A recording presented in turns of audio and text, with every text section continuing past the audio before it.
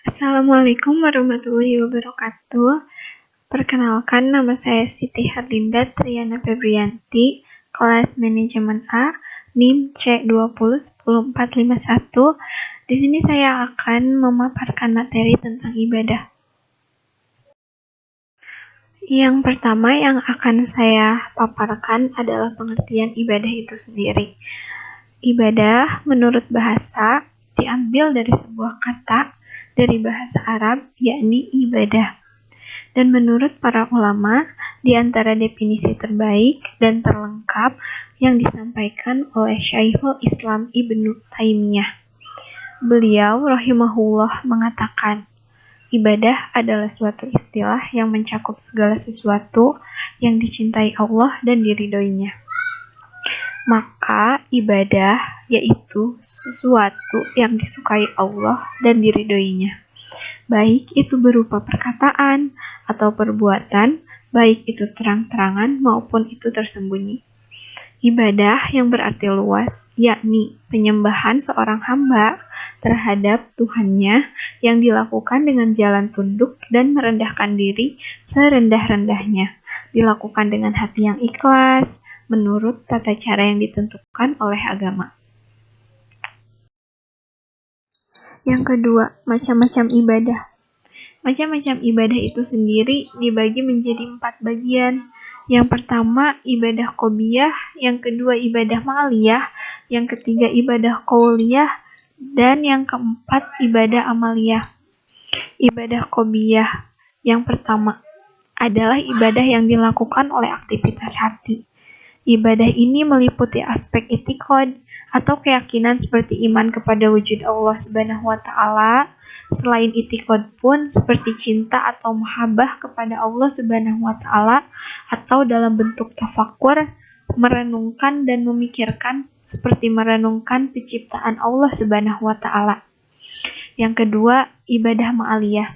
Ibadah ma'aliyah juga adalah ibadah yang setiap ibadah yang dilakukan oleh seorang hamba dengan mendermakan sebagian hartanya seperti menunaikan zakat dan bersedekah.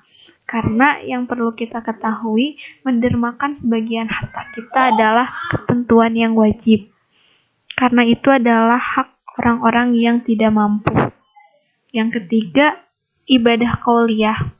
Ibadah qauliyah itu adalah ibadah yang dilakukan oleh aktivitas lisan, seperti membaca Al-Quran, bertasbih, bertahmid, bertahlil, bertakbir, dan lain sebagainya.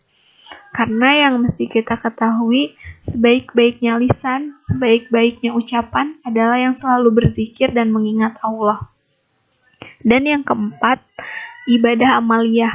Ibadah amaliyah adalah setiap ibadah yang dilakukan oleh aktivitas anggota tubuh, seperti gerakan dalam sholat, melakukan puasa, menunaikan ibadah haji, dan lain sebagainya. Yang ketiga, tujuan ibadah. Hal ini ditegaskan oleh Allah Subhanahu wa taala dalam Al-Qur'an surat Adz-Dzariyat surat ke-51 ayat ke-56 yang artinya, Aku tidak menciptakan jin dan manusia melainkan agar mereka beribadah hanya kepadaku. Yang keempat, ketentuan ibadah agar diterima Allah. Di antara dalil yang memperkuat pernyataan di samping ada firman Allah Subhanahu wa taala yang berbunyi, barang siapa yang mengharapkan perjumpaan dengan Tuhannya, maka hendaklah ia mengerjakan amal yang soleh dan janganlah ia mempersekutukan dengan sesuatu apapun dalam beribadah kepada Tuhannya. Surat Al-Kahfi ayat 110. Niat lillahi ta'ala yang tadinya akan melahirkan usaha menjaga ibadahnya akan menumbuhkan pohon motivasi yang akhirnya menjaga dirinya pula dan dapat dipetik ketika berbuah menjadi kesadaran. Maka setiap kita memulai ibadah apapun itu, tanamkan di hati kita niat untuk ikhlas karena Allah Ta'ala tanpa mengikis niat-niat lainnya. Ibadah itu akan menjaga, memfilter kita, mendorong kita untuk selalu ikhlas dan dijauhkan dari godaan syaitan dan riya pujian. mengubah orientasi hidup kita dan mati kita menjadi kul inna sholati wa nusuki. Ketentuan ibadah agar diterima Allah itu harus kita niatkan. Yang pertama, niat lillahi ta'ala, ikhlas, tidak menggunakan perantara, dilakukan sesuai dengan tuntunan Al-Quran dan Sunnah. Poin terakhir, ibadah ketaatan hamba pada Allah. Keutamaan ibadah pada Allah Subhanahu wa Ta'ala itu bahwasannya ibadah dapat meringankan seseorang untuk melakukan berbagai kebajikan dan meninggalkan kemungkaran. Ibadah dapat menghibur seseorang ketika dilanda musibah dan meringankan beban penderitaan saat susah dan mengalami rasa sakit.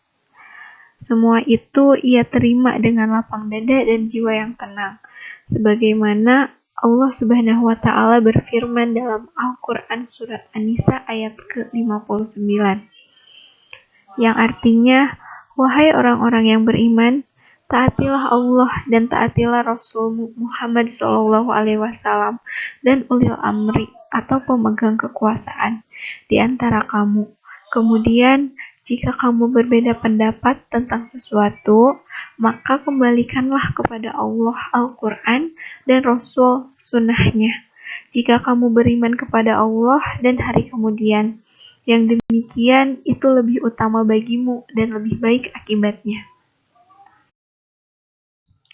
Dari materi ibadah di atas, saya dapat mengambil kesimpulan bahwasannya seorang hamba dengan ibadahnya kepada Rabb-nya itu dapat membebaskan dirinya dari belenggu penghambaan kepada makhluk, ketergantungan, harapan, dan rasa cemas kepada seorang makhluk.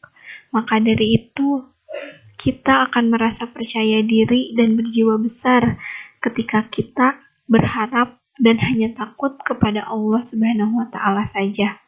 Keutamaan beribadah juga yang paling besar, bahwasannya ibadah merupakan sebab utama kita untuk meraih keridhaan Allah Subhanahu wa Ta'ala dan diberikan jaminan syurga dan juga terselamatkan dari panasnya siksa api neraka.